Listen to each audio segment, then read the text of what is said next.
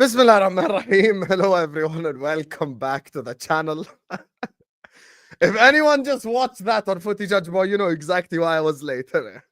That fraud messaged me. He's like, my internet is gone. Please go end the stream. I went into his stream to end the stream and then he appeared magically in it. But anyway, regardless, big up to every single one of you guys. As you can see, fresh trim blood. You get me? No more, Chewbacca settings now. We're back. Husam is back, ladies and gentlemen. Don haircut in the building. Make sure guys are liking the video. Make sure guys are subscribing to the channel if you're ready to do so. Every single one of you incredible, amazing people. Please like the video. Please subscribe. Keep getting involved in chat. Keep letting me know your opinions because today we have a special stream that I don't usually do on Mondays. I don't usually do this stream on Mondays, innit? But we're here and we're here for good reason because we've been Plymouth. You get me? We got Plymouth yesterday. So there's a lot for us to unpack. There's a lot for us to talk about. So yeah, like the video, subscribe.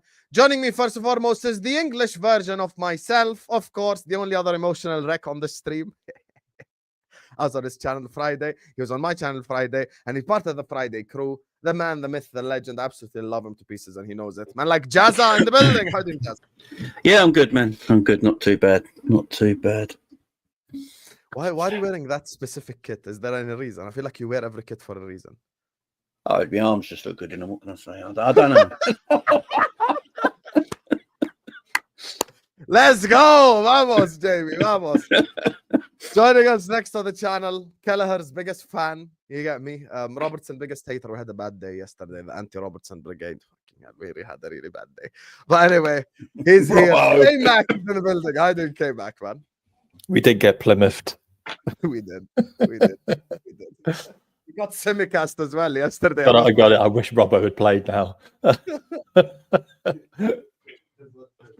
Anyway, big up to you, Kmack. And of course, last but not least, the fraud has skipped two Friday episodes, because Nunes has been playing well, so he's been nowhere to be found. You get me? So yeah, the anti-Salah brigade, and we have screenshots because he said if he could keep any one of them, he would keep Virgil only. You get me? And he asked all the Salah fans to go to Saudi Arabia when he leaves eventually. So joining us on the channel is the biggest fraud of them all. But I love working with them. That's why I keep inviting them back. Man, like Endz is in the building. How do you Endz? Nah, that's jokes, bro. Man said you got screenshots. That's crazy. I do. I have spies. Nah, that's crazy. Nah, big up. I appreciate the invite, man. This should be fun. But yeah, nah, it should be good. Should be good. I'm looking forward to it. Looking forward to it, man. Same. Because I don't ever do these on Mondays. But I feel like today we have to talk in it, like, because that was madness yesterday. I actually found myself, funnily enough, being a bit more positive than the rest, but I'll tell you why in a second. Big up to my guy Ed, who says I'm gonna be a mother effing menace. Fly Eagles fly, world champs. Forget FA Cup, focus on the next one. Thank you to Sam and Jenny for reaching out after the win. Love you guys. Listen, Ed is a Philadelphia Eagles fan. He's made it clear that he's a member of Fly Eagles Fly. You get me?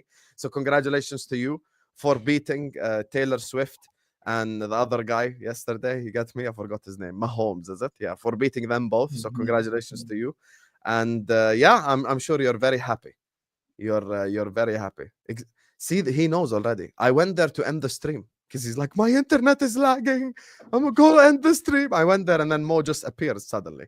But regardless, W's in the chat for Ed, forever, a supporter of this channel and a Philadelphia Eagles fan. So today is his day. Big up to you, my guy, Ed. Mods, keep pushing the likes because we have 250 people in here. We're not even 100 likes yet. You guys are moving like us in front of goal. That's unacceptable. So hit the like button. And everyone who just joined from Footy Judge Mo as well, like the video on your way in. Subscribe to the channel because we have a lot to unpack. And, I want to start off with Endz for this one. And I wanted to be just specifically about the Plymouth game yesterday. Before we get into the reason why I salute specifically is because, of course, there are bigger things to talk about. But I'm saying in terms of let's just speak on the 90 minutes yesterday specifically without looking at the other context and everything. So tell me your thoughts on the 90 minutes yesterday. So great, good part of it, man. I didn't put myself through the 90 minutes. I ended up and then watching an extended highlights. I did a stream earlier just saying I didn't watch it. I gave my opinion on other people's opinion, basically. But I had a chance to watch a bit of the extended highlights. Bro, I still look at it exactly the way how I was feeling. I didn't care, bro. I just knew one of these performances were going to happen, and I prefer it to be in one of the cups than actually in the league. I just want to go after this run. I don't. Plymouth is Plymouth, and I think if it was anyone else, I think we would have been okay with it. I feel like it's just because it's a low-end championship team, it stings a little bit more than not. But in terms of the players' performances, I just felt like you can just see these are second-string players, man. They're not the first teamers. I'm excluding some of the guys that would naturally start with like the front line, Diaz and Jota. They would normally start. But you look at the midfield, you're talking about McConnell, you're talking about Trey, you're talking about Harvey. These are players that don't start in the first. Even Wataru, he was probably the best player in the, from our standpoint. But even he doesn't start. You look at the back line, it's like you're putting together something and you're hoping to get a result from it. Kelleher, did well himself, but the rest of the guys didn't do enough from what I saw to earn a spot in the first team. They didn't do enough. And we didn't play well enough. It looked like the players didn't want to be there. Maybe they were a bit jealous with the other guys having the day off or the week off or whatever, like Virgil and Sobo and Gravenberch and Salah and Allison. Like everyone else had a couple of days off and these guys had to play. So I don't know, maybe they were just a bit upset about that. But, there was a couple of tweets I saw and they were funny in terms of none of these guys took the opportunity. And I think so as well from what I saw. Obviously, I didn't see the whole 90 minutes, so maybe there were certain things, obviously, that I'm going to miss. But, yeah, none of these guys did enough to really take, a shot or, take the shirt off the guy that's playing in the first team. None of them did anything. I don't know. I can't put my finger on it, but I don't know. Maybe it's just that one game, and I think we just have to let it go and just think about the bigger picture. I ain't going to use that quote that them guys over at TV uses, but I think the bigger picture is we know what we want. We know what we really want this season. And I think if we would have done something stupid like how we played in that particular competition, the league, then I'd have been a bit more pissed off. But I'm just like, most people didn't even want these games anyway.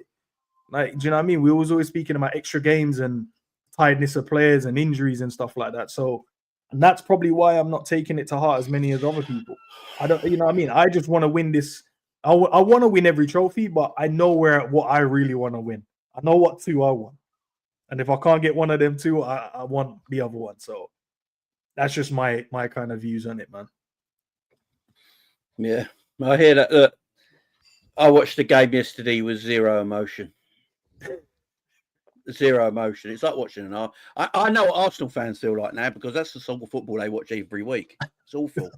Wow. I watched it with zero emotion. I couldn't care less if we went out of this competition. I really couldn't care. And here's my reasoning for it. And I'm holding up all Liverpool fans on the same reasoning because I heard it all season. Most Liverpool fans, all Liverpool fans I heard said, hopefully Liverpool go out and win these cups nice and early so we can concentrate in the Premier League and Champions League. Went out one of the cups really early. Now they're bitching that we went out one of the cups really early. Make up your mind, peeps. Make up your mind, people. A quadruple is the most impossible thing to do in football. I have seen two of the best teams of all time in City and Liverpool go, two of the best sides ever, not be able to complete a quadruple. It is impossible to do. Now I'm hearing stuff like, oh, Liverpool squad actually isn't that good. Liverpool squad ain't really that good. We lost to Plymouth. We're at the FA Cup now. I told you our squad ain't that good. Okay, so City squad's shit and they're 15 points behind Liverpool. I mean, come on, people. No one can win everything. I want to win the Premier League. I want hashtag 20 because me and Sam spoke about this the other day. If we win 20 Premier Leagues, it equals Man United for titles won and we have more Champions Leagues, which makes us the biggest team in the land. I don't care what anyone says. So that's the trophy I want. Give me the Premier League all day long. If we can have a good run at Champions League, so be it. And we're already in a final of a League Cup. Yeah, so I'm not totally bothered. Also, that means we only play 4 games in March. We only play 4 games in March because we're at the FA Cup. And we have Actually, no, I checked yesterday. We only play 2 games in March. Is it 2? It's even less. Yeah, because we have an FA Cup weekend off after. Got international. Yeah, we got the Carabao Cup final and we got Southampton. That's it. And then the international 2 Yeah, weeks. we got the Villa game moved forward. Yeah, the Villa game. Yeah. So there there's you no go. other game in March. Even better in March, and we got 5 games in 15 days coming up. So now I want to put all my energy. I'm going to say something as well. people might not like this, but the Everton game on Wednesday is far more important than the Plymouth game on Saturday. 100%. of course. So 100%. that's where all my energy goes in right now. Now, if we lose to Everton, you know, you go see a totally different me. But we beat Everton, 9 points clear. Everyone's happy. And none of the big boys played. None of the big boys played. So all this crap I keep hearing, Gravenberch never gets rested. Well, Gravenberch played no FA Cups this season. He played one game in the League Cup. He only played 7 Champions League games. The man's been rested. What more do you want him to do? So I don't want to hear that as an excuse no more. So let's move, guys. It's not bad round here. When we come to it later, I've got players that are on my hit list that need to leave this football club ASAP, and it proved it the other day. Yeah, we'll come to it in a sec. We'll cook them. But I know exactly where you're going with this, but I know. I know where you're going with this. I'm good. I know exactly where you're going with this. No more excuses now, Lo. Let's go and beat Everton and do this, yeah? Yes. Look, for me, Mac, it was glaringly obvious what the manager thought of this trophy when he literally plays all the kids like off the bench. Like we had no subs really because they were all kids. So when you're interested in a competition, you always have your backup on the bench. You always have your big hitters just in case it goes wrong and you have to bring them on and you have to turn it round. We didn't even have them because that's how much that's how much it means to him. And the thing which gets me the most, I'm actually quite disappointed. But I'm not disappointed that we're out the FA Cup because, look, to be honest, we haven't won the major competitions enough because we've gone too far in competitions and we've had players injured and we've flogged our players when we didn't need to in those competitions, for me, in the past. And it's proven because we haven't won enough of them. We got to finals and we got to semi-finals, but we haven't won enough of them because we flogged our players in the competitions that we ended up winning and we missed out on the big ones. Let's be fair, okay?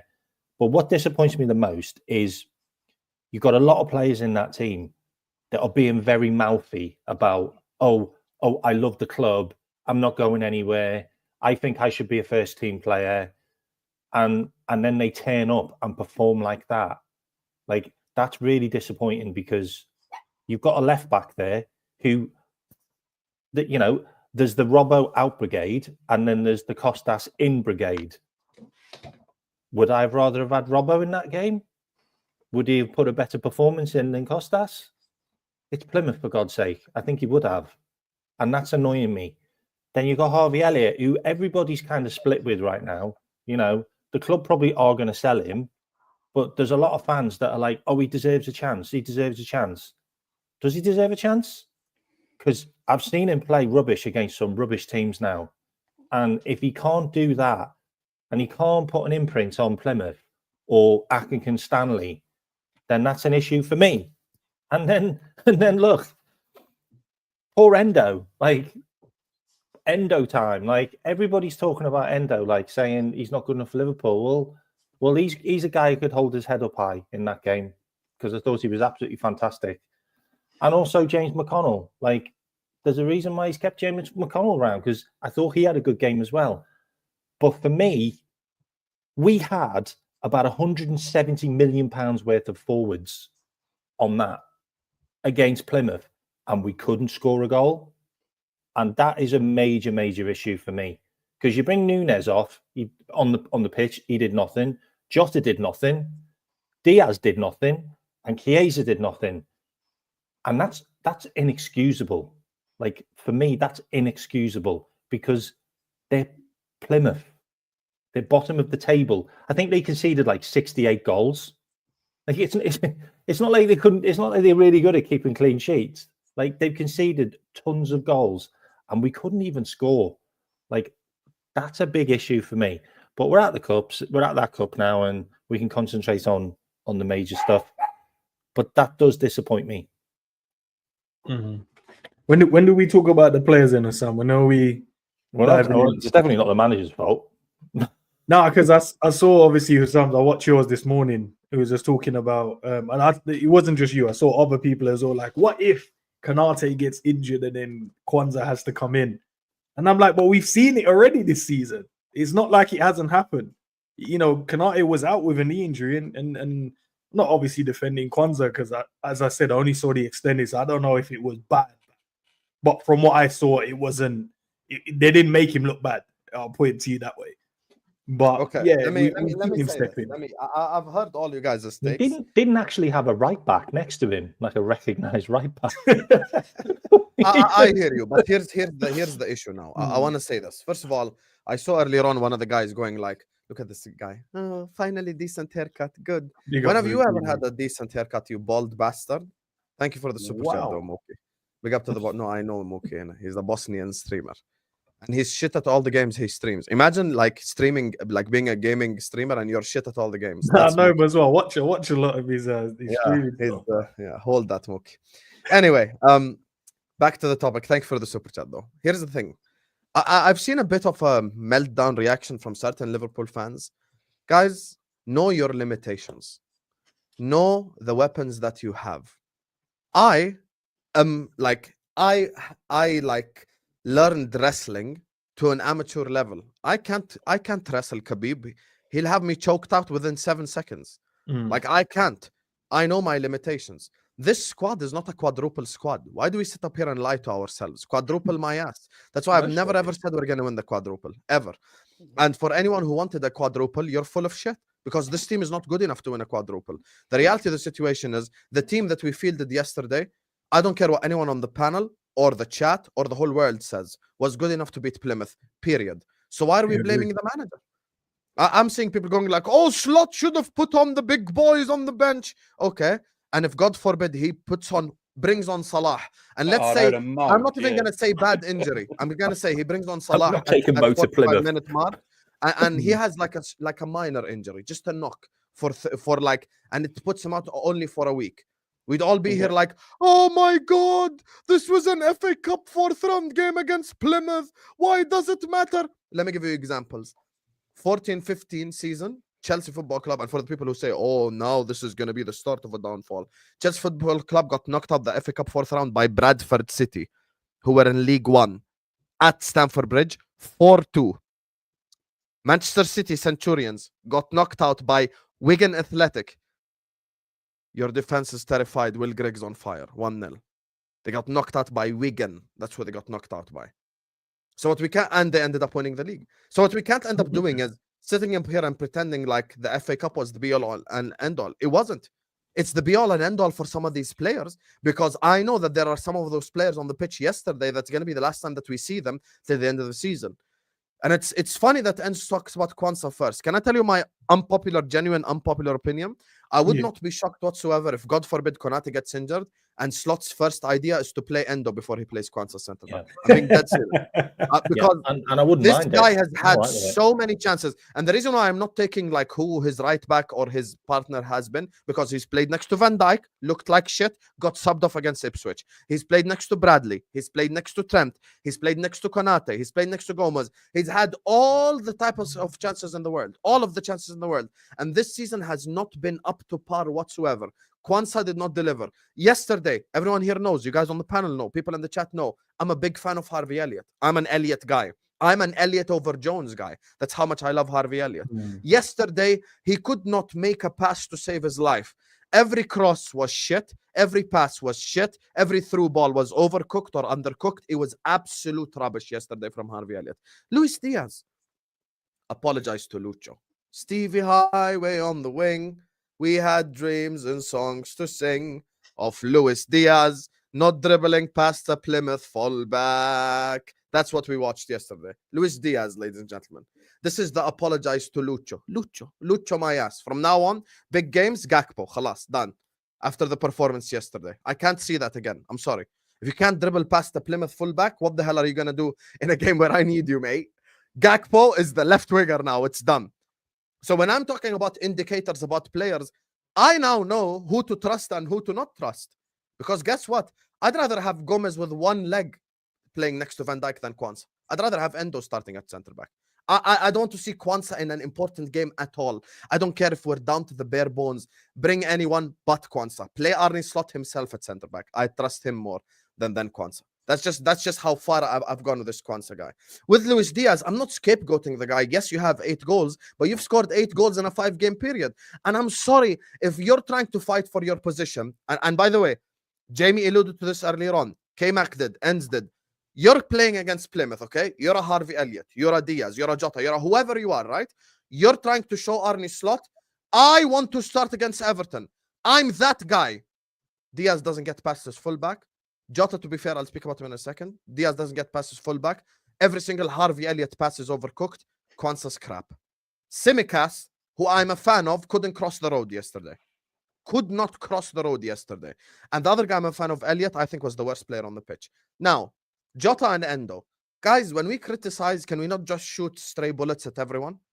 Diogo Jota yesterday was working with scraps. Not a single chance created for him. He had a half volley from about 30 yards that forced the goalkeeper into a save. He had nothing to work with. Zero creativity, zero chances, zero crosses. He had nothing to work with. And Wataru Endo was fine at DM, moved to centre-back, was fine again. Like, I had no problem whatsoever with Endo's performance. So when we talk about it, let's put the player FC thing to the side. Let's talk about who really was crap yesterday. Elliott was crap. Tsimikas was crap. Diaz was crap. I see people scapegoating Nunes. I don't even think Nunes did anything wrong yesterday. He got involved. He had a bit more creativity than some of the players that we have. Those are the 3 players for me that were dog shit. And when it comes to the youngsters, look, we're not going to sit up here and go like, oh my God, sell train Ioni tomorrow. But certain games like this is why when I have the arguments with Tom Little in the summer, I tell him, these youngsters can't be counted as squad depth because a youngster is going to have 1 good game, 1 bad game, 1 good game, 1 bad game, 1 good game, bad. That's just how it goes, right? So what it happens to these players is the following. They are not going to have consistent levels of performance where we can count on them as depth. So to bring it all now full cycle, I know my artillery. This team is not built to win 4 competitions. It is barely built to win 1, to be fair. So well done to Arne Slot. Well done to Salah. Well done to Van Dijk. Well done to Gravenberch. Well done to our best players in the team this season because they're single-handedly almost carrying us to this whole thing. Now, we're already, for the Arsenal fans who say, you're all hypocrites. You're using bigger fish to fry. I'm already at Wembley, mate. I'm literally already at Wembley. Like we literally have a domestic cup final in under less than a month. We literally have a domestic cup final already. So don't waffle, number 1. Number 2, we are in the Champions League round of 16 and we're top of the league with a game in hand, importantly, this Wednesday. And I'm so glad Jamie mentioned it because people don't have foresight. You have to look at the future as well. We have 5 games in 15 days. Have you guys looked at the run? We got to go to Everton, and then we have Wolves at home, and then we have Newcastle, and then we have the Etihad, and then we have the Carabao Cup final, and then we have Southampton. All of these games is like literally within like a 20-something day period. We've got like the next 6 games all in a row. Now, the reality is we need every single starter in every single one of those games. Like the only game where I'd be like, okay, if he rotates a couple of people is maybe Wolves, right? Like Wolves at home, okay, maybe you want to go Jota instead of whoever in that game. Okay, no problem, let's go for it. But other than that, we don't have depth. Or Villa away, thank you. See, it's even worse. So we have a very difficult run-in. And in these next 5 games, we have to win them. And I'm with Jamie completely. We lose this Wednesday or we draw, by the way. I'm not going to do this whole, because of course, we're going to have Mike Dash on this Friday. How many points are we ahead? Calculate. It's about the momentum, Habibi. So this Wednesday, we have to win now. End of discussion. None of this draw is acceptable. It's okay because it's Goodison. Fuck all this. Go this Wednesday and win. And then no one cares about the FA Cup. With all due respect, do you really think that this team is capable of winning a quadruple? Also, I'm going to put something out there in the air. I'm going to ask all of you guys on the panel this question, and then we're going to move on to criticize individual players as well. Would you have the reverse of the quadruple charge season? Meaning, we lose the Carabao Cup final to Newcastle, but go on to win the league and the Champions League. Would you take it? Well, of course. Yeah, I mean, it's 2 main 100%, trophies in the world. There you go then. I mean, Exactly what quadruple I charge talked about season, we before. won the FA Cup. Was everyone like, oh, we won the FA Cup? Come on, man. Like, we were all disappointed after the final in Paris, and we were all disappointed when Ollie Watkins, that TWAT, missed the one-on-one against Man City. That's what we were pissed off with. So let's keep our heads in the game and let's focus, because we have, look, we're not like, we're not Arsenal from 3 years ago. When we say we have bigger fish to fry, we actually need to catch the fish and fry it and have it like 5-star Michelin restaurant fish, like sea bass, from one of them Gordon Ramsay Hell's Kitchen, like sea bass, like all that type of fish. So we need to focus. League is priority. So that's my prolonged thoughts on the team. And you said, by the way, guys, can we please get the likes up? Come on, let's get the likes up.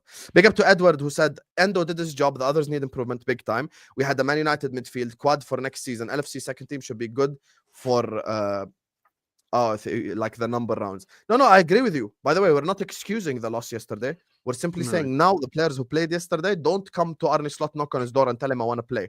Go F yourself. Big up to Sid, who says Diaz, Nunes, Jota plus Chiesa. Oh, I actually forgot to mention Chiesa. My bad. Chiesa as well deserves a lot of criticism for that performance yesterday. He was dog shit too. So we have to acknowledge that. I agree with you, Siddy. Anyway, look, 600 people in the building.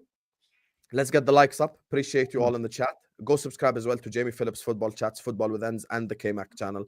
They're all in the description. It doesn't even take you away from the video. Just go give them a subscribe. Anyway, Endz, you said there are certain individuals you want to highlight. So talk to me about those individuals. I want to bring up these players, but at the same time, I think I'm going to have to do the balancing act because I think I can see where you three are going to go today. So to add a bit of balance to the stream, I think I need to, because you guys watched the 90 minutes. I only saw the extended. So I think I should end up on the maybe balancing out the argument because I can feel like you guys are going to pile on. I can feel it. The room, I can feel the tension in the room. So I'll let maybe Jamie go first about the players, and then I'll try and balance out the room with. All right, I'll go first then. So the kids in our team, I'm not surprised that they had a poor game because it was a physical contest where Plymouth were extremely physical and very direct. And people like Trey and McConnell, they play kids football where you haven't got that physicality from a week to week. So that's why I think it's very important for these players now to go on loan to championship clubs. Because they got swamped up, they got bullied, they got beaten up, and they're not used to it. They play under 23 football where you're not allowed to challenge. It's like tag football, ain't it? You're not allowed to be that physical. So, yeah, they're not used to it. They got beaten up for it. And for me, the youngsters, I'm not going to sit here and go at them because they're not experienced pros. They're under 23 players for a reason. They need to go on loan next season for me, play some men's football every week and get that physical nature about them. Otherwise, this is always going to happen when they come in. With the experienced players, personally, I swear Jamie's going to explode. I can sense it. I think personally, the reason they played like crap is because they were scared of getting injured. They didn't want a physical contest. They know Everton's coming up. I think Jota, Diaz and all that saw Everton as the bigger game. This was a nothing game. And that's why they played the way they did. I'm not going to give that as an excuse, though. Tsimikas, I have been on for time telling people Tsimikas ain't about this life. Yes, he does the odd good cross here and there, and he gets him away with it. He's just not a better footballer than Robbo. I keep saying this time and time again. Luis Diaz, I've been wanting him out of my club for about 3 years now. Never liked the guy. Hated him since day one. When his dad got kidnapped, I wish they kidnapped Lewis as well. It would have saved us a lot of pain. I just don't get what Diaz does. I just don't know what he does. In the summer, I wanted Anthony Gordon over Luis Diaz, and I got crucified for it. And I think you see why now. Anthony Gordon's a far better player than Luis Diaz. Simple as that. Oh my. Darwin Núñez, I can't give him no blame, really. I thought he actually got involved, had more strikes at goal than any other striker on the pitch, I believe, and gave it a go when he came on. And Darwin's a physical forward. So, yeah, I thought Darwin was pretty good. Jota's your main striker. And you can't pass him the ball. How's he meant to finish? What, you asking Jota to take 10 men on and put it in the back of the net? You got to find him the ball if he's your main striker. And unfortunately, my wingers yesterday were not helping him. Luis Diaz was playing hide and go seek. And Chiesa, he learned what English football was about yesterday, the other day, didn't he? Let's face it. No, that's he learned what English football was about. And there's a lot of pussies in the chat, I see as well. But yeah. Wow. I'm going to But hell. yeah, no, I'm just sick of everyone like, you can't say this, you can't say that. I'll grow up. Yeah, Jota, I thought was decent. You can't give him the ball. What can you do? Diaz was crap, as he has been all season. And Chiesa found out what a physicality is like in English football. He didn't want no part of it. It's as simple as that. Simple as that. Look, it felt like I don't know. It felt like maybe they didn't expect it to be that cold down at Plymouth or something, and they were all a bit grumpy, and they were like, "Oh God, we've just had to do this long journey." Listen, the bald guy. Yeah, I'm not involved. Yeah, it's the English Husam, not the Jordanian Husam this time. Yeah, leave me alone. I tell you what, come for me. I'll get him on a plane. You can have him back. I don't really care. I don't really care. Hey, it's not. I didn't say shit. I was off camera as well. I'm Fucking hell. innocent this time. It wasn't even me. It wasn't even me. I didn't say shit. Have him man. back, man. But guys, listen. Learn how to take a joke. Obviously, you guys. Yeah, it's just a bit of banter. Chill out. Jesus Christ. People think everyone's real, then yeah, Jesus. But look, Diaz, if you guys think Diaz is that great, all good for you guys. All good for you. I personally think he's shite. But why did Endz say that we're gonna get rattled if he says something? Why do I feel like you're gonna say something edgy? I don't get it. No, I just know you're gonna be edgy about this. listen. I'm listening in. I'll let okay. And then I'll try and add balance to it because for me personally, I feel like it's gonna be over. It's gonna be overreactionary. I think. Look, based on the game, I can't disagree with what Jamie's saying. Based on the game performance, because I only saw the extended. I didn't see the full game to go raw. Was he right? Was he wrong about what the players do? But for me personally, I feel like the players have offered stuff this season. It might not be from a consistent basis, but there's been games where the players have stepped in and done their jobs for us and won us games of football. So I can't say they've not been good this season like that. But who out of the players we mentioned though? Who? So I think Tsimikas has been good. I think he's been good when we've needed we've needed him to come in. Diaz as well. I think he's been good. He's had to play in different positions, similar to what Klopp was doing to Cody Gakpo. We brought him to play in one position, but then because we go, maybe there's a deficiency through the middle, we go, oh, maybe you can go here. And then that's what Arne Slot did. It worked against Leverkusen. And since then, he just thinks that's what to do. Was that not Diaz's first game back over on the left-hand side? Because Cody's just been playing there. So, yes, you're right. In terms of not being able to... You don't forget how to play there, though. No, but you can lose rhythm, though, Kmack. That's the thing. I don't know if you play, but if you don't play in a position for a long, not even for a long period of time, but for a few games, you do lose the rhythm. Sometimes but it's about don't you agree? And it's just about the level of team that you're coming up against. Yeah, but that's why I'm not gonna. That's why I said this is only based around. I'm looking at over the season where Jamie's looked at yesterday's game as well. I didn't get to see that part, so I can't disagree with what he said there. But yeah, I don't think he's been rubbish this season where we've gone, why is he in the team? Because I don't think we've said that throughout the season in games where he's definitely helped us. Look, I get it. In this day and age, we need goals and assists. I get it. I understand it. I know that's where football's going. That's where you show your worth now. No one cares about if you're just occupying space and doing all the other stuff. They care about when you're at the top end, we need to see you assist and we need to see you goals. I see that and I agree to an extent. But for me, I feel like he has done more than just that this season. Come up trumps in certain games, scored important goals. And also that performances as well. Certain things that he does within the game helps the other guys in the team to do what they do. Because then if you're telling me he's been rubbish, that means we've been playing all season when he's played. We played with 10 men. And I disagree. If he's been rubbish all season, that means he hasn't done anything on the football pitch. So we've just had 10 against 11 most of the season then. And that's where I disagree. But the only person that I think has been rubbish consistently the whole year on a reel is Kwanzaa out of everyone yesterday. Yeah, because even there was again, what was it? Like the one guy that I'd say I don't think had at any point in time like an elite performance is him. Yeah, I think was it the Southampton one in the League Cup when he was playing well and then he just decided to have a stinker the last 15 minutes. He just gave away a goal and then he just started doing some crazy stuff. And you mentioned Jota. Yeah. You mentioned Jota as well, Jay. And Jota for me, I feel like him and Nunes have suffered this season as well. I said we're not creating, and I'm glad we saw it in that game. I know we don't create for the front man, the forward guy. We don't do it, bro. They're just occupying whatever they occupy. They just go and just be a battering ram, just make runs, do whatever, but we don't really care. We're not going to keep finding you. Just do that. And I've seen that all season. That's why the numbers are shit. And you you'd say Jota is one of our best finishers. He's one of our best players in the team. He's the number one striker in the team. But you can tell he's not getting anything. Yeah, but for the short term, do you think any of them have convinced Slot to like, okay, this is what I think that the team is going to be again on Wednesday, right? No. I think this is obvious for us to all. I think all of us will agree.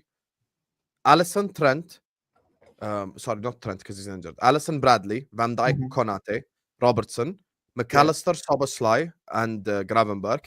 And the front three are going to be Salah, Gakpo, and Nunez. Everyone agree that's probably going to be the team? Same exact one as Spurs, right? He might even throw Diaz in there, bro. That's what I mean. He might won't play Diaz in there. No, I don't think he will.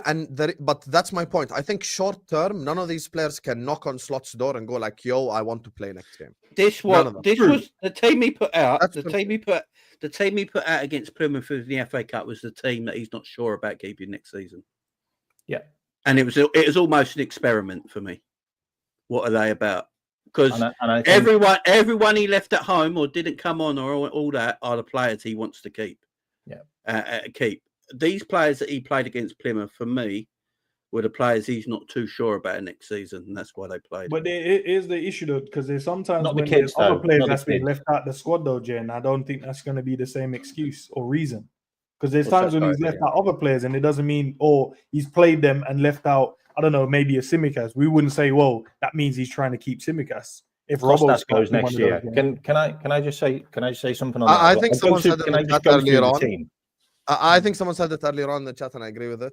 He was like, when Robertson plays, I say start Tsimikas, and when Tsimikas play, I say start. Yeah, I was like, you know what? That actually summarizes. Can I just go through the team, just as a? I wouldn't mind selling both and just getting like a young and upcoming left back as depth and getting a starting left back. I just think he will keep Robbo though, because Robbo's got 1 year left on his contract, and it may just be a case of using him for another year and him being back up to a better left-sided centre back. Look, I'll just go to the whole team. Keller, he's going to sell. We all know that. Okay, we already got a replacement. He didn't actually play a right back. He had McConnell as his right back to start the game, which didn't help Quansah, to be fair. Like, Quansah's been pretty poor all season, and he clearly doesn't rate Quansah because of the Ipswich game, and he's never forced his way back into the team. And he's also got on-field issues, which doesn't help him either. Okay? Off-field issues, which doesn't help him either. So I think Quansah might get loaned or he might get sold. Newcastle wanted him, remember? Just saying. Then you've got the likes of Endo. He didn't rate Endo at the start of the season, but Endo played himself back into a squad player, and he's trusted Endo enough in games to play him even when we've needed a goal. So I feel like Endo's still around.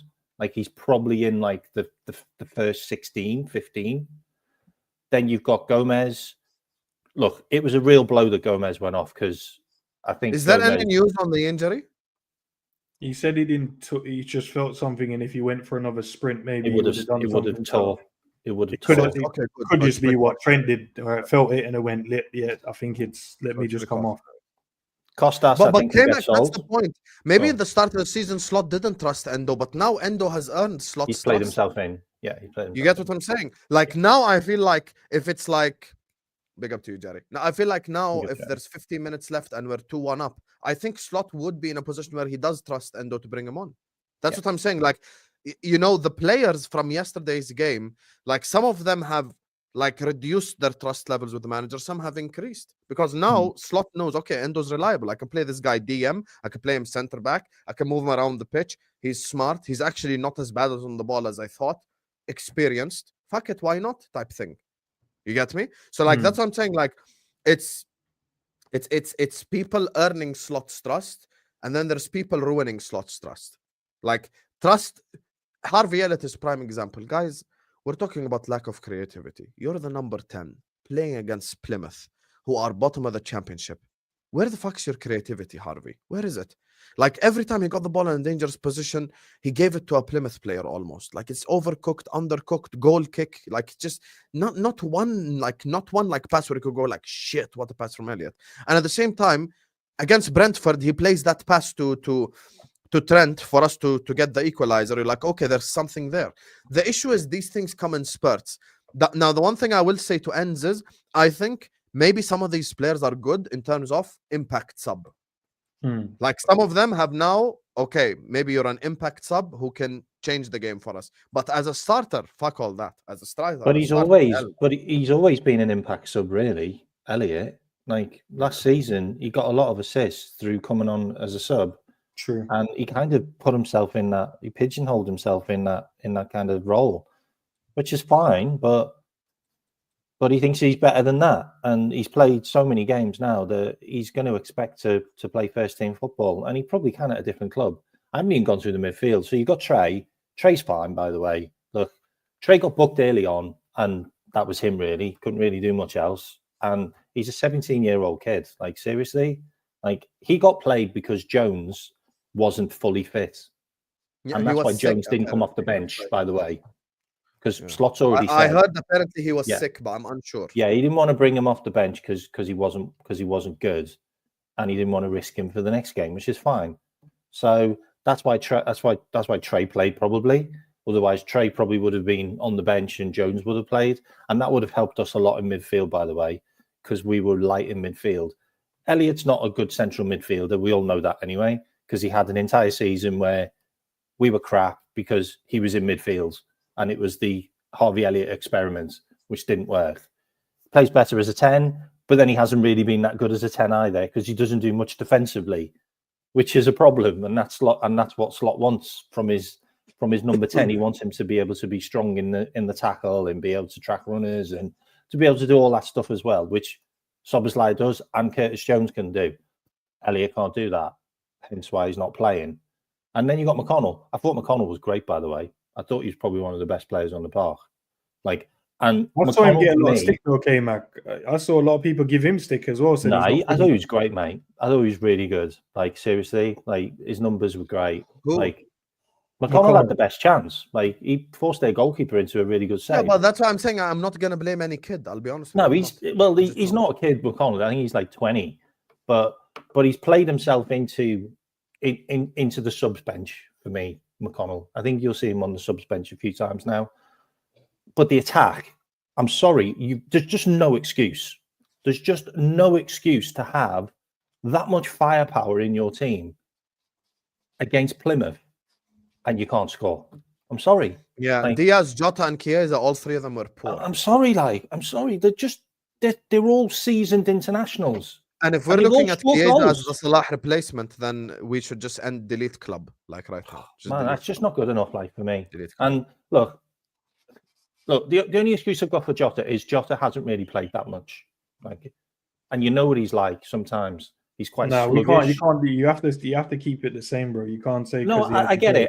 I get that, but he's come off the bench a few times. He's not had a good run in the team, and sometimes he needs that. Excuses are saying no excuses. No, because you can't. It's not good enough. It's not good enough, mate. I agree. You can't. Is there an excuse for Nunes making that header at the end?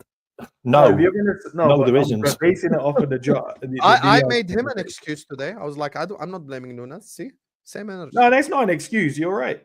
It's not. He did more than what the other guys did on the pitch. Can't blame him. No, I think Jota was our best forward still, because he pulled off one of the best saves because of him to work with the whole game. That's my point. Like, I just don't think he had anything to work with. Guy had a half volley from like 30 yards to create something. Like, he tried at least a little bit. But for me, I'm not blaming Slot at all. You know, people think I'm negative and I moan. And I was telling people, don't be negative yesterday. People expect me to go like on the terrace and on my channel and moan and go like, oh my God, we got knocked out the FA Cup. This is unacceptable. I didn't care, to be honest with you. Because I know because I thought you would have. So when I watched it, I enjoyed that. I enjoyed, what was it, about 10 minutes? I enjoyed it. I appreciate it. Thank you. I enjoyed it. I was like, I expected but I had nothing to complain about, because as I said, listen, knowing your limitations is important as well. And Arne Slot knows, listen, we have 5 games in 15 days. We don't have time for this shit. I'm going to be so honest with you. Like, we just don't. Like, you know, we literally have Saturday, Wednesday, Sunday, Wednesday, blah, blah, blah, for the next, like, 2 weeks. We just can't afford it, I'll be honest with you. So that's why for me, if, obviously, like, you know, these guys are all on the Friday show as well. If Wednesday we drop points to Everton, they'll see a completely different Husam, completely different. Like, I will be absolutely livid if we even draw against Everton. But this game right here, obviously the only thing that I think we can all agree on, it's the fucking like it's who the opposition are. Is that like what's Yeah, pissing that's me all off. it is. It's Plymouth. Do you think? Yeah. Do you ever remember when? I can't remember what year it was. But Divock Origi equalised in the FA Cup, and Klopp looked pissed. Remember Preston. that? Yeah, and Klopp looked absolutely pissed off that Origi What are you equalised doing? because he didn't want to go through. I don't. If Liverpool didn't have Everton midweek, there would have been a stronger bench.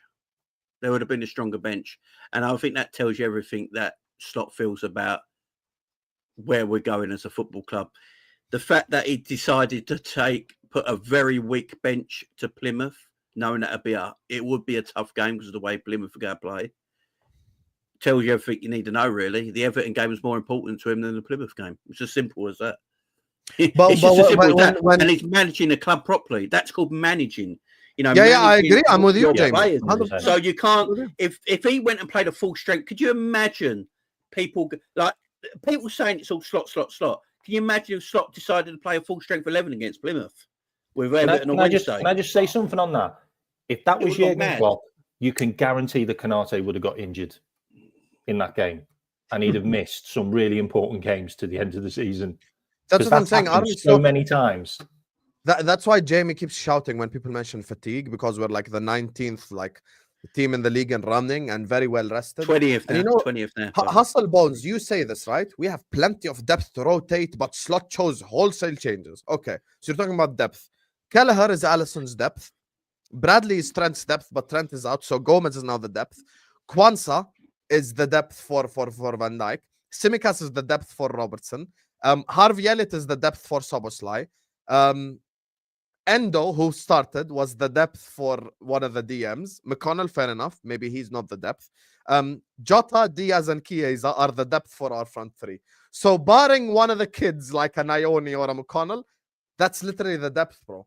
That's literally the whole depth in front of your very own eyes. So when you say like he made wholesale changes, no, he played the depth, which should be good enough to beat Plymouth, but it wasn't. Yeah. So I can't come back now and go like, oh, this is Arne Slot's fault.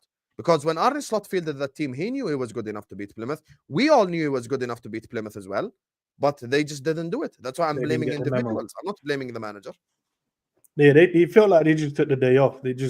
Some of them just couldn't be bothered. That's the way they were playing. When they lost tackles, it was like, all right, yeah, I'll chase him. Maybe I might not, but yeah, listen, I'm cool with it, man. I think most fans I've seen have been cool with it. I think it's just in some sections I've seen on Twitter when I was reading through them, some people were blaming Arne Slot. They were blaming obviously. Yeah, but Elliott. it's the people who wanted the quadruple. There was some wild stuff about people like saying we haven't got enough squad depth. I'm like, most of our players are internationals. I do think that Kwanzaa was in the England team, and so was Gomez. I think that's true to an extent, just because of who leaves in the summer. Like I think from yesterday's look, it's already been reported by Sam Maguire. Nunes, Jota, Diaz are probably gone this summer, so that's three right there that we need to address. You've got I think one of Tsimikas or Robertson leaves in the summer. Kwanzaa, I think, is gone in the summer. I think they'll loan him.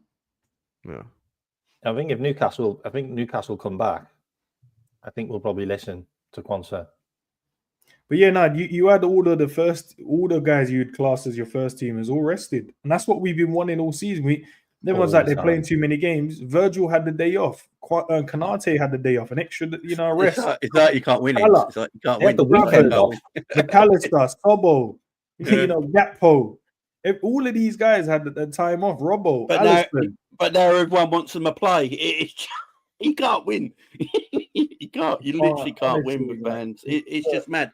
A manager has to manage a team and manage their priorities and what is more important to the football club. What's more important to the football club this year is Premier League and Champions League. Premier League number 1, Champions League number 2. League Cup's a lovely bonus if we win it in the final. The FA Cup is just not a priority right now.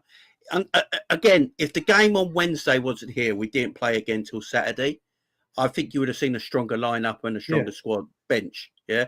But it just shows that the priority for this manager is the Premier League over the FA Cup. And he's gone that way about it against Plymouth. It's as simple as that. That should just can I give you my unpopular opinion? I think the first priority is the Premier League.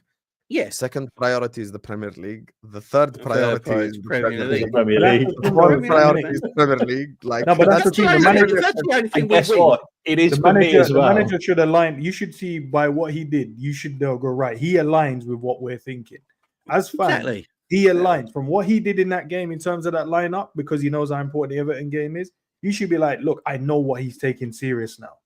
There's no joking around. If you saw most of the first teamers played in that game, then you'd be like, okay, so this guy thinks he can, he wants to win everything, which is down to him. But him to rotate that team so heavily, which the team that he put out should have had enough to win the game anyway. It just shows, bro, this guy wants the league, and we all want the league.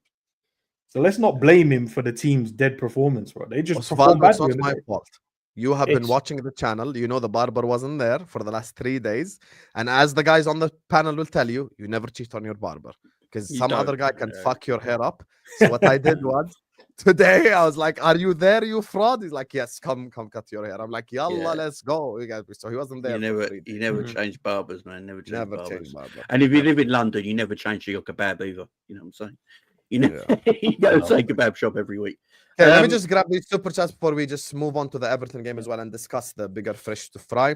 We need the proper centre back backup, not flogging him. But this season, which game have we looked comfortable with Kwanzaa at centre back, even with him and Van Dijk? Remember Newcastle away? What do you guys think? You agree No, with he's this talking one? about from a quite- Premier quite- League. Quanta ain't been about it this season. We know that. It's just I feel like even in the Brighton one in the cups, unless you're talking about the Premier League, then obviously I'm not going to argue. But in the cups, I thought, apart from like the last 10 minutes, I think was it Brighton or Southampton, one of them two. I thought it was all right. you know, it's about Kwanzaa. And he's I scoring think on when you goals. watch him, Yeah, you in the can last see 10 that. minutes. I think when you watch Kwanzaa as a manager, you probably feel like there is something there about him as a player. Hmm. You know, he is quite strong. He is quite quick. He brings the ball out really well, and he's good aerially. So even Klopp liked him. Remember, Klopp played him in front of Kanate till the end of the season. So there was something about him that he rated. I think there's something about him, his game, that Slot probably rates as well. But it's getting everything out of him. Then it's up to the player to develop his game and mature and become that player that coaches might think he can be. You know, it can't be all up to the coach all the time. You know, if the player don't want to be the player he should be, that's the player's fault. You know, and if Kwanzaa's not doing things professionally and he's, you know, when he's at home, you know, Slot ain't got cameras on him 24/7, yeah. He can't, you know, he can't have, you know, what he's doing all the time behind the scenes. Players have got to look after themselves at times, you know, and Slot probably does see something in Kwanzaa that he probably likes. But if Kwanzaa's not deciding to show his, you know, prove his trust in Slot, and this is why you trust me, I'm going to do this and this and that. I've heard Gerald Kwanzaa say in interviews this season, it's up to him at the end of the day. And if he's not going to do it, then there's the exit door. He's still got time ahead of him, though, Janie. He's look. I know, obviously, we can react. He's still got sometimes. time, but we don't have time. I know, but at the same Because time, bro, Liverpool like, are not a developmental club. You don't no, it's not develop. about being developed, but at the same time, you have to give the players the room to actually develop. You can't just go right 1 season, get rid of him, 2 seasons, 9 not good. Sometimes players don't click in until a certain period, and then they go from there in their career. And I get it. We want to win big trophies, so we want the players to come in and be, you know, hit the ground running. I get that part, but that's not every player, and we have to be realistic. Not every player comes into a team and hit the ground running straight away. We've had some really good players like a Virgil, like a Salah, like an Alisson, that's really come in and hit the ground running and scored plenty of goals. Mane hit the ground running. All of these players. Yeah, but But sometimes we've had players that took a time. We had Fab. Took him months. Took him months, and then we found a system to play, and then Fab became one of the best DMs. Wijnaldum came in, wasn't the greatest straight away, but then found the room. Robbo, the one that we call the best left back in the world, took him time as well. So some players just don't hit the ground running. I hear you, but that's not the context for Kwanzaa because it's his second year and he got worse this year than he was last year. Okay, but at the same time, context is he hasn't been trusted by the manager like on the clock. A new manager, and the manager's gone, I'll start off with you to see how you do. But he said within 45 minutes, that's not good. I don't know what that done to him internally. That would be like 45 minutes, Gaffer. That's what you think of me. And then since Listen, then, this is what Kamate's I been do. playing. If we think Kwanzaa has a future, I'd send him out on loan to another club for a year. That's what I and think then he should do. Bring in I a think more he should do. like experienced, ready centre back because we just don't have time. Because Big up sometimes to we can do that, Husam, I as think- well, and then they're not good Yeah, enough. no, we can send him out on loan. But listen, okay, Endz, I'm asking a very straight question, Go on. and I don't want you to give me a sit on the fence ass answer. Be honest. Go on. The Champions League final is tomorrow against Inter Yeah. Milan. Do you trust Kwanzaa in the centre back? If you're talking about injuries and he had to play? I'm saying the Champions League final is tomorrow. Do you trust Kwanzaa at centre No, but back? if I ever fit Ibu, I'm playing Ibu. You know my feelings about Ibu already. No, I know. I'm not saying whether you trust Ibu or not. We all trust Ibu. I'm saying in a Champions League final scenario, would you trust Kwanzaa to start? Yeah, I would. Next to Virgil, why not? I wouldn't personally. No, I what? wouldn't. Like, why not? Look, the thing about Kwanzaa, and this is just unfortunate because we're in a situation where they're just not going to get the game time. I feel like he's a player that needs to play a few games to get into a rhythm. Thuram is And shit, we bro. can't Let's give him not do that. Thuram ain't shit. Thuram's he better is than shit, all our bro. forwards. Not called Salah. He's Nah, he's literally better shit. than all our forwards. And Listen, we I'm a can't massive fan of Thuram. Don't get we me can't started. give him that. Like we can't give him like 3 games on the trot to get that. And that's form my in. point. We can't afford it. That's why I'm Like, saying So, send so for Kwanzaa out me, on loan and get experienced ones. in yeah. there. So for me, it's going to be Virgil, Canate, Gomez, and then Endo. Because whenever I Endo's agree. played, I agree. he's been fine. Like you need a guy that can I come in and do a job on that day, and he might not play for another 2 or 3 games. You know what I mean? You I hear can't you. have a guy that comes in and has a stinker, and then you've got to bring him out, and then a couple more games later, you've got to play him again, and then he has another stinker. Like that's just not how it works. And Andre someone wrote it in the Wisdom. chat, by That's the way. a name from the past right there. Hey, big up Andre Wisdom. If you know. Big up. Someone wrote it in the Let's chat as well. Like there are a few players in that team, and he's got a really good point. I can't remember who it was. You look at Kwanzaa and you look at Harvey Elliott. They're both guys that need arms around them. They're both guys that got mollycoddled by Klopp. Slot's not that guy. He's not that Pussy guy. players. Pussies, man. Fucking You're right, mate. He's not that guy. So it doesn't really. I don't know. I think those two aren't having good seasons. I think Slot's more man manager and people give him credit for. No, but he's not an arm rounder, is he? He's not one of those. Like, I don't know. He's not an arm round. He's not an arm round he's not, the guy he's at not all. huggy. You could just tell he's You're not just getting a not hug that off kind of him. Yeah, the only person I want to hug me is my wife, man. I'm a man here. What are we doing? You know what I mean? guy. I don't want a grown man to put their arm around me. Oh, it's all right, Jay. You'll be all right next time. Fuck off. You know, what are we doing here? They're grown men. He'll tell you that.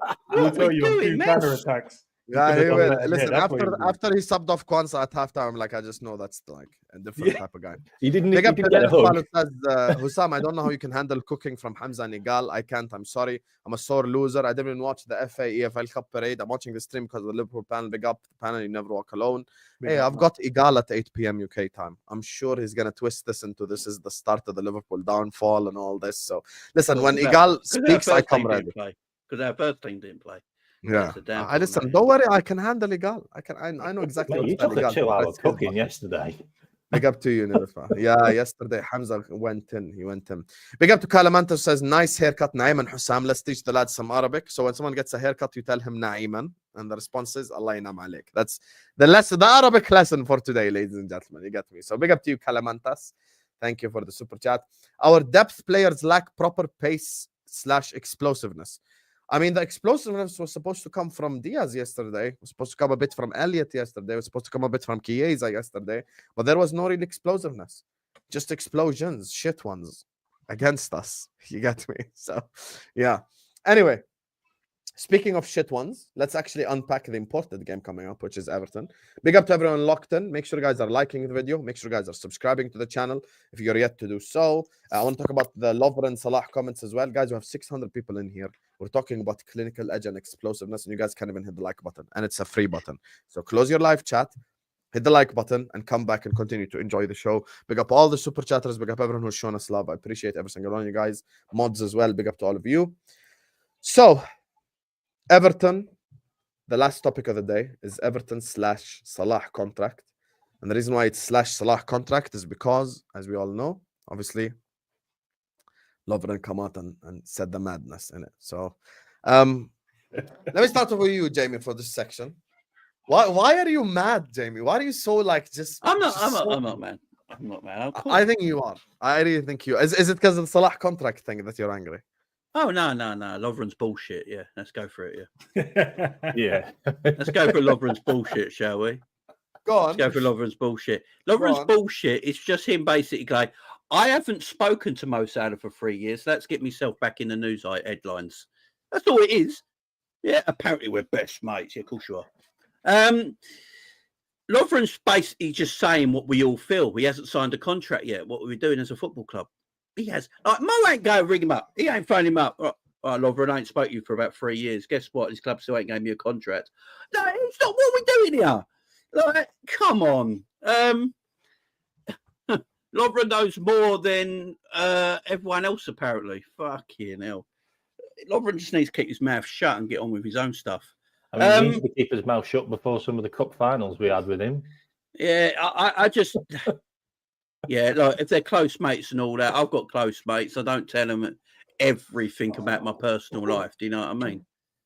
Look, Salah hasn't signed a contract yet, obviously. That hasn't happened. Otherwise, we'd all know about it. And that's what Lovren is basically saying. He's basically, look, my best mate here has not signed a contract with your football club yet. Why has he not signed a contract yet? It's disgusting. And we've all said the same. I could have done this. I could have written this article. I could have gone. Mo Salah rang me up the other day and he told me he hasn't signed a new contract yet. It's like, oh. No, it's just absolute nonsense. Absolute nonsense from a geezer that got no love at Liverpool and he's just a bit bitter. Yeah, I listen. I don't know why he even come out and said it. I saw the transcripts of it, and he's talking about Salah says he doesn't feel loved by the coaches and the people at Liverpool. What load of shit that is! I'm like, what?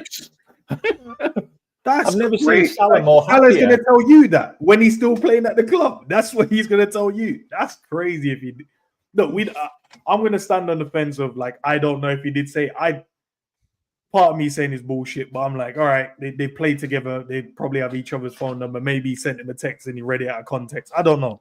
Maybe he said something on the phone out of anger one day and Lovren's just like clammed onto that and gone, I'm going to say this. But yeah, we as Jamie said, bro, like he hasn't signed a contract. So anyone right now can just say, yeah, I feel like the club ain't treating Mo Salah right. And I think most Liverpool fans would agree. They'll be like, yeah, because he hasn't signed a contract yet. Exactly. I just don't understand it. I don't understand what's the timing of it. What do you gain from this?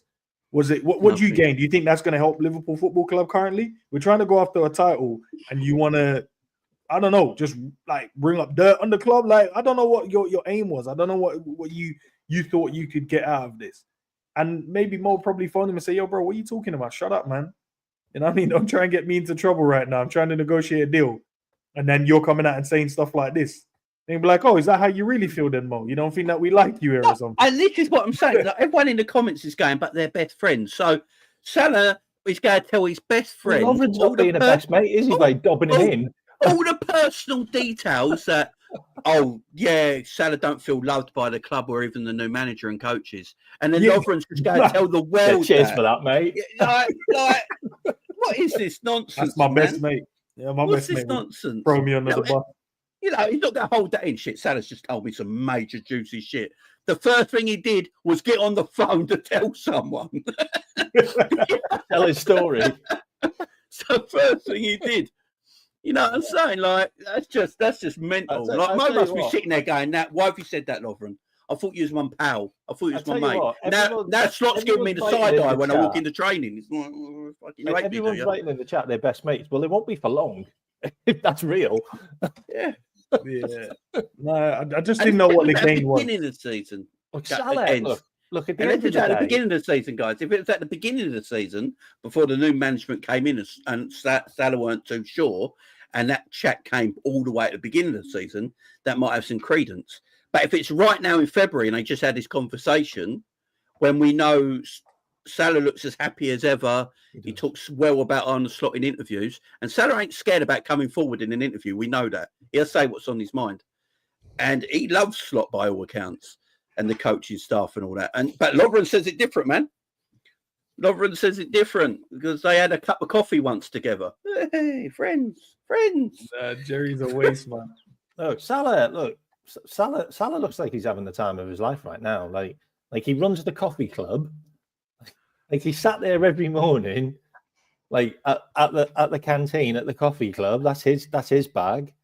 Like he looks so happy on the pitch. He looks so happy in training. Like, look, he just hasn't agreed his new contract yet. Like that's it. Like This is all. if anyone's going to leak anything, I'm going to Salah's shock you all agents. here. I'm going to disagree with all of you. I think this is a negotiation tactic.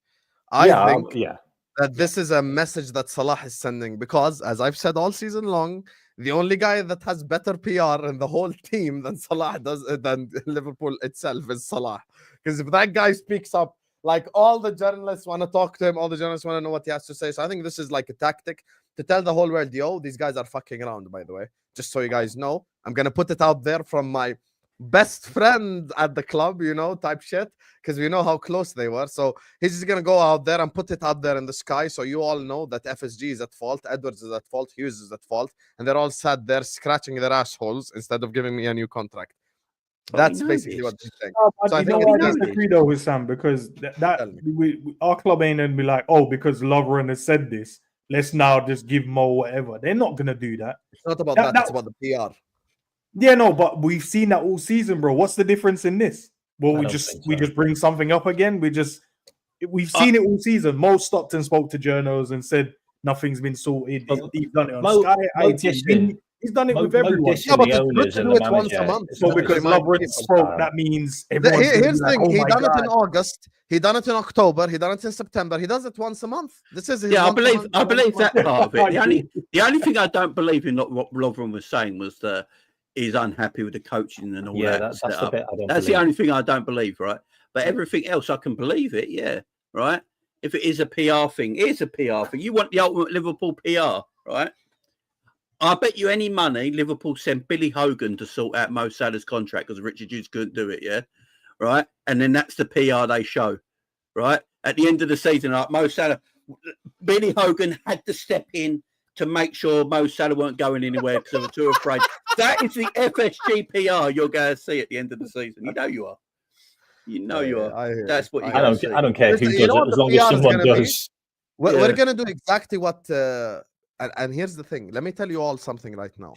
Let me tell you about Salah. I think if he does leave this summer, he's going to a Premier League club. So you know. If we don't give him his money... And if he does that, that's when he's going to go to a Premier League club. And you know how the PR is going to spin it? Salah wanted too much money. He's being greedy. You know who did that perfectly 15 years ago? Arsenal. With Robin Van Persie. Sam, if he does that, I want his demise. If he does go, and then I think he could go to like an Arsenal or a Chelsea. Salah, that is. Are you going to be happy with that, Husam? Like he's not going to go to Man United or Man City. I don't think he goes to Man United or Man City. I think he goes like to Husam. If he does that on the real, you have to like wait for like what? You have to get rid of him out your heart, bro. You have to say, nah, I'm gonna call out my owners if that happens. Nah, Husam, we can't. What, to another Premier League club? What do you mean now? We didn't give him a contract. The fuck is he supposed to do? Retire at 32? No, go somewhere else. Have respect. I don't think Devil's advocate. What if he goes to Newcastle and we get Isak? I don't think, but it's not gonna be. This is not a trade scenario. No. If he leaves, I think if he goes to Newcastle, that means that Isak stays at Newcastle. That's what the fuck that means, right there. Imagine a front three of Gordon, Isak, and Salah. Fucking trying to redeem himself at the bridge. Salah's already said he won't go to a Premier League team anyway. He's already said that. No, but the reports from what they wouldn't go to a rival.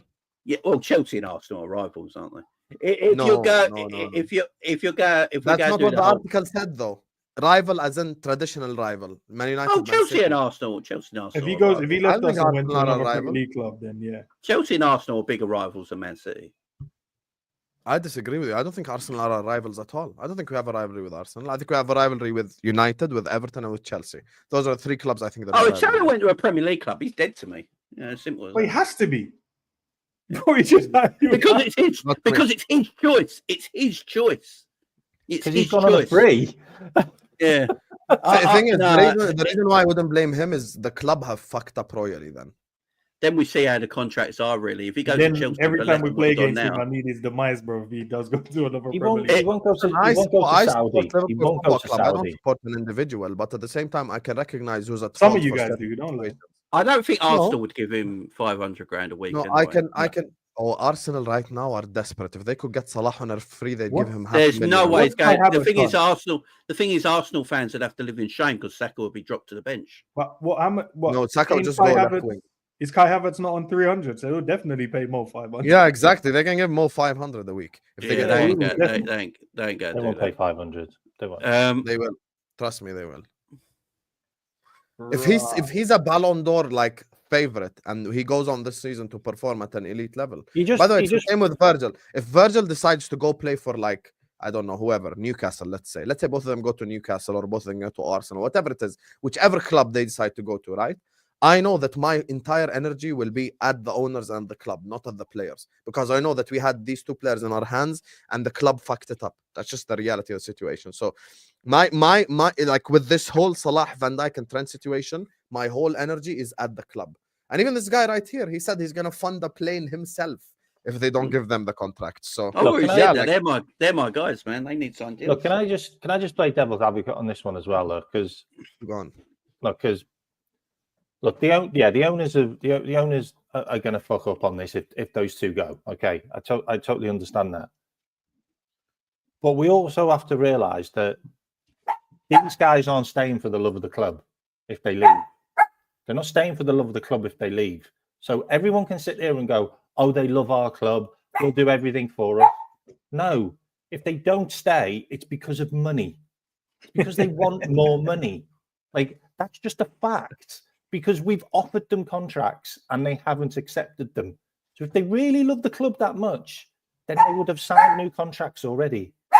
It's all about money. They do, So but there's an element of everyone respect sit there. there and waffle on about, Makes it oh, easy it's for for the themselves. love of the club and they want to be at Liverpool. They want to be paid a lot of money. And if they leave, it's because they want more than we'll give them. And as far as I'm concerned, like, stop talking about they love the club so much because they clearly don't if they walk out the door on free But transfers. Kmack, you're not looking Because at we've this. offered them money.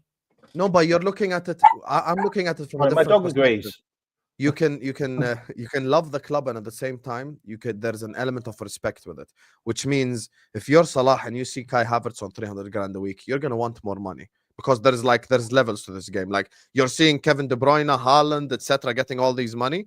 You have to be able to pay him a respectable amount. Like if we're lowballing Salah, if we're offering him like 250 grand a week or something, like I don't expect him to go like, oh yeah, sure, because I love Liverpool so much. Of course not, because like this, there's levels to this. If the player is like doing what Salah is doing or doing what Virgil is doing, then I expect them, of course, to have like there's a certain wage demand you have to pay, you know. And for me, I'm at this train of thought. Whatever Virgil and Salah want, offer both. Like literally, just whatever they want. If Virgil wants 300 grand a week, here you go, 300 grand a week. If Salah wants 400 grand a week, here you go, 400 grand a week. And the reality of the situation is, you know, people say stuff like, and then what happens when other players start knocking on the door? We said that the last time the Salah contract was there. It just Guess doesn't what? work Diaz like is... that. Don't. Yeah, it doesn't work. You know what? Like No, that. it doesn't work like that because Diaz is still on 50 You don't grand get a week. more money the older you get. The reason why we're all having this conversation is because of Saudi Arabia. It's just because of Saudi Arabia. If Saudi Arabia didn't come in and start offering people like 20 million a year, like ridiculous contracts with ridiculous wages, none of us would be having this conversation. And we'd be sat there going, you know what? Mo probably should only get what he's on now. Like, why should he get a pay rise? Like, he's getting older. Like Virgil van Dijk, he's getting older. You don't pay players more money when they get older. You pay them less. That's how it works. That's how it happened with Milner. That's how it's happened with many players. Yeah, but these are anomalies. You think Kevin De Bruyne is going to get a new contract and he's going to get 500 or but that's not a true 475,000? benchmark because Kevin De Bruyne is no longer the best in his position. No, it's not a true benchmark. Look, first of all, us as Liverpool Football Club, we've never been through this situation because we haven't seen a player be like the best player in his position in the planet at 32, 33.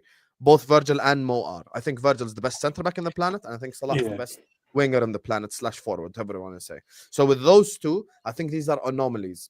Number one. Number two, with Kevin De Bruyne, he's progressively getting worse and he has a bad injury record. Salah, alhamdulillah, doesn't have a bad injury record, and Virgil van Dijk, alhamdulillah, barring that Pickford scissor to the knee, doesn't have a bad injury record. So both of them are quite fit. You get what I'm saying? So that's why I think they're anomalies in this situation. Big up to Jack, who says, anyone stopping us winning trophies is a rival, bro. Yeah, but I'm talking about traditional rivals. Like, obviously, if Salah went to play to Man United, like, he's dead to all of us. We get that. But we're not, like, I'm talking about traditional rivalries, because when Ornstein put up the article, he says Salah loves Liverpool too much for him to go to a traditional rival. So obviously he means Man United, Man City, blah, blah, blah. Like, that's what Everton, you get me? But Arsenal is not a traditional rival of Liverpool Football Club. Using your logic, Ipswich is our rival, but that's not the case. You get me? So, yeah. Okay, Everton game. Last like 8 minutes of the show. Mr. Endz, Yes, you have the Everton color on your microphone. Change that right now. Just make it red. It changes. Talk to me about the game this Wednesday.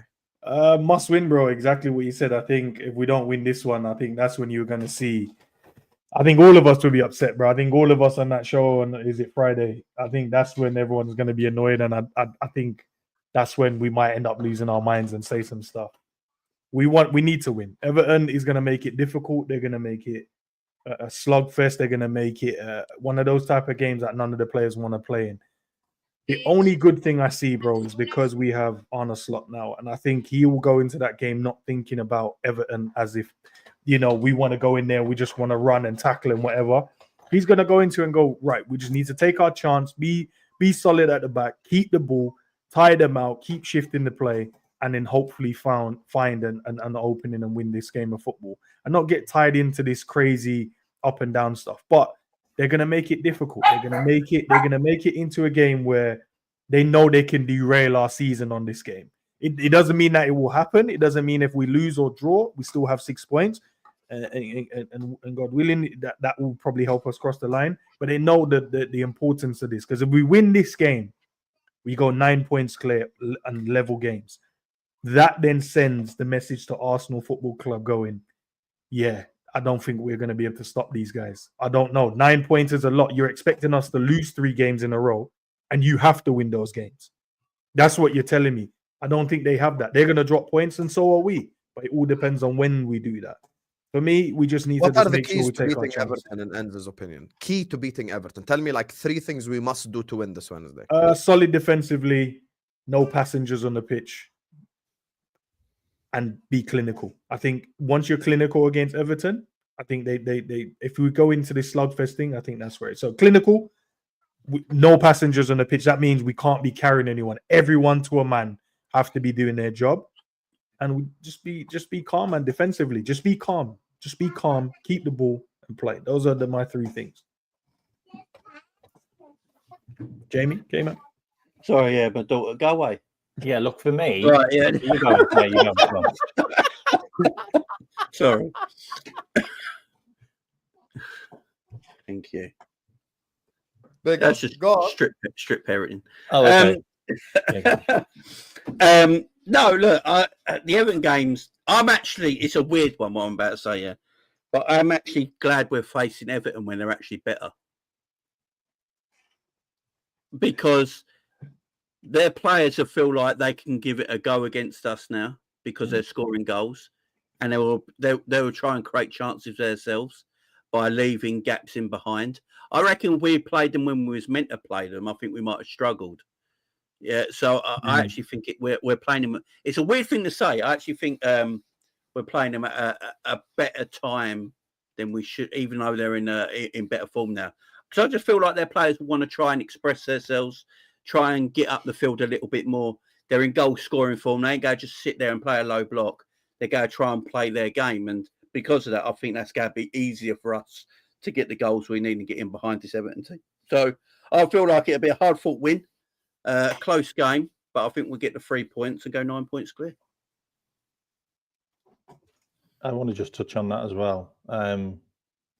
Look, the thing about it is, I think what we've done is exactly what we did, what we've done against Bournemouth. We rested all our players. We went into that game, and Bournemouth were flying, by the way, when we went into that game. That was possibly one of the hardest games away this season that we had left. And we did a professional job. and won that game. We didn't play fantastic football. Like, it was a bit of a ding-dong, but we won that game. And I think we'll do the same with Everton. And it's interesting that they just played Bournemouth and got beat. So they just played a team that plays quite similar to the way we've been playing this season. And they've just got a result there. And I said this on your show previously, I think, that if Bournemouth beat them, that's really promising to what we can do there. And I do agree with Jamie. If we'd have played them when we were supposed to have, I think we might have actually lost that game because we were tired. Like, we had a lot of hard games that we played back to back to back. And I felt that was one that we might actually have lost because they would have played shit football. And it was an absolutely bogging weather as well. So we don't know what that would have ended up as. But I think the fact that we'll have a completely fresh team that have probably done a lot of work on the training pitch as well. Because didn't Slotty had two training sessions like to follow from the last game up until the Everton game. And that'll be all the team that haven't played. So yeah, and I think we'll go 9 points clear. And I'm not going too early, but I think that should be it, really, if I'm honest. Just to add, congratulations on your win yesterday, David. I see you're a Plymouth fan. I was walked into the stream. Congratulations on your win. You deserved it. Yeah, congrats, mate. Congrats. Just to add to what you said as well, Kmack. Who've they got next, by the way? Against Bournemouth, they played their first team as well against Bournemouth, Everton. So we've had our players have a rest, which should help us. Obviously, we don't know how the game will pan out, but we hope it pans out with us winning. But our players, our first teamers, all had a rest. All their first team players played. Their starting 11 played, and they got beat 2-0. So that's extra minutes in their legs. Maybe that helps them, maybe it doesn't. But we're going in there with fresh players that, with bags of energy ready to go and win that game. So listen, it'll be interesting, man. Definitely. Cody let me just say that. And a 39-year-old a new one, by the way, in that game. I'll wrap up the stream on this thoughts right here. Jack says if they try to play football with us, yeah. Here's the thing. And there is a reason why I ask Endz that question. I agree with all of three Endz's points, but there's something that he said at the beginning that I agree with even more. I don't think Everton are going to try play football at all. I think all four of us on the panel think that in the way that we've spoken just now. I think they're going to be very defensive. I think that they're going to park the bus. I think that they're going to try to hit us on the counter-attack and nothing else. The game plan is going to be the following. Calvert-Lewin at halfway line and everyone else behind the ball. That's going to be the game plan this Wednesday. So if you think the Plymouth played on a low block, this is going to be not just a low block. There's going to be a low block from hell right here. This is going to be a team... There's going to be a team that has no interest in attacking whatsoever. Now, them losing to Bournemouth or beating whoever, I don't think any of that matters, specifically given the fact that it's a derby. This doesn't matter. It's going to be their last ever derby against Goodison, against us, at Goodison, and they're going to come here, try to give their all to try win, to try beat us, try win. And that's just the ultimate reality of the situation. Now, the thing that I want to touch on was what Endz said at the start. We can't get involved in all this, and tackle and fight and all this. Just play your game. The same way that City go away to Everton and beat them all the time without the derby scenario is they just play football. Because the thing is with Everton is they're crap at football. So just play football and you will win. And if we get involved in all this fighting and pushing and shoving, we are going to be the victims of it. So we don't want to get involved in that. Let them push, let them shove, and you know what you do? Play around it, dance around it, dribble past your fullback. And I agree completely with Endz again. Fucking hell, I'm agreeing with Endz too much. But the point is, I agree with Endz in terms of on Wednesday, there is no excuses for any player. Whether it's your favorite players, Salah, Van Dijk, Gravenberch, or whether it's anyone else. There are no excuses. Szoboszlai, everyone must turn up. Everyone must turn up and do their job. Szoboszlai with the working hard, with the pressing, and also arriving late into the box because we're going to need that because they're in a low block. Also that cutthroat pass, we're going to need that. McAllister dictating tempo. Gravenberch with his defensive work and going forward. Everyone needs to play a role. And the truth of the matter is, Big up to you. Thank you, Jack. I do agree with what Red's saying here. This is one of the most important games probably we've ever seen. Like, you know, Liverpool play probably in our lifetimes, like in terms of like the magnitude of it. Last game at Goodison. And on top of that, we're in a title race, 6 points ahead. Thing is, if we go 9 points ahead, it gives us comfortability. People always bring out their calculators. Guys, fuck the calculator. Think about momentum. Think about comfortability. Think about the message that sends to Arsenal. Because I promise you all right now, that whole Arsenal squad is sat there at Dubai on a Wednesday night watching Liverpool Everton. And if we beat them, and if we beat them comfortably, and if we slap the shit out of them, what happens is Arsenal lose momentum. And then the Dubai trip, they can shove it where the sun don't shine. And then they probably drop points again, even closer than we all think. Because people are talking about, oh, Arsenal have to go to Forest away. Fucking hell, they might drop points to Leicester away if we kill their momentum. Leicester's a hard game. If Liverpool are 9 points clear, 12:30 lunchtime against it Leicester, becomes a more difficult fixture. It's hard because you have to win. Yeah. 3 points or nothing. Yeah. So it does become harder. You're right. You just have to. And we know Jamie Vardy has a good history Yeah. against Arsenal. So if we beat Everton and Arsenal do something, bro, listen, I'm telling you right now, you know, Jamie Vardy will have a party, inshallah. Anyway, guys, on that note, I'm gonna wrap it up here. Thank you to Endz. Thank you to Kmack. Thank you to Jamie. This has been an absolutely incredible stream. Big up to Ed, Mookie, Edward, Sidi, Fonzie, Niltpal, Kalamantas, Adarsh, and Jack for the super chats. Big up to all of you guys. Big up to everyone who has showed us so much support and appreciation. Guys, Football with Endz is in the description. Go give him a subscribe, please. The Kmack channel is in the description. Go give him a subscribe. Jamie Phillips Football Chats is in the description. Go give him a subscribe. All the channels are literally in the description. Just click on see more and they're all there. Go give them a subscribe. Go show them some love, same way you show me. And look, this stream is going to take you over to MHF where I'm headed with Mo, and then I've got A-listers at 8 p.m. where I'm going to have to handle Igal's bullshit for an hour and a half. So yeah, it's going to be Igal, it's going to be Lewis, it's going to be Vater, it's going to be Jacob, going to be all the guys. So it's going to be very entertaining. So listen, love to all of you guys. Thank you guys so much for joining us. I'll see you guys over on MHF. And just to piss off Mo a little bit, just spam Forza Juve in the MHF chat, just so Mo's blood starts to boil, that Inter fraud. Yalla, see you guys on the other side, man. Peace out. Up your heads.